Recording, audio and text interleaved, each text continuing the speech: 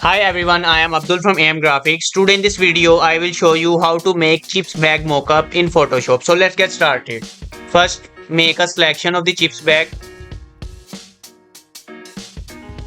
After make a perfect selection, press Ctrl J to duplicate the layer and pick a rectangle tool and draw a rectangle to the chips bag size and reduce the opacity and convert it into smart object. And now double click on smart object icon and import the design.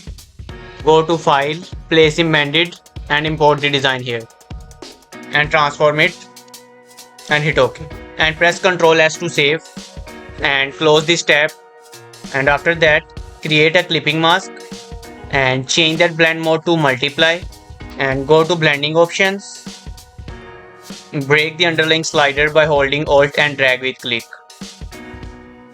and hit OK. Your chips bag mockup is ready. Thank you so much for watching. Hope you found this trick helpful.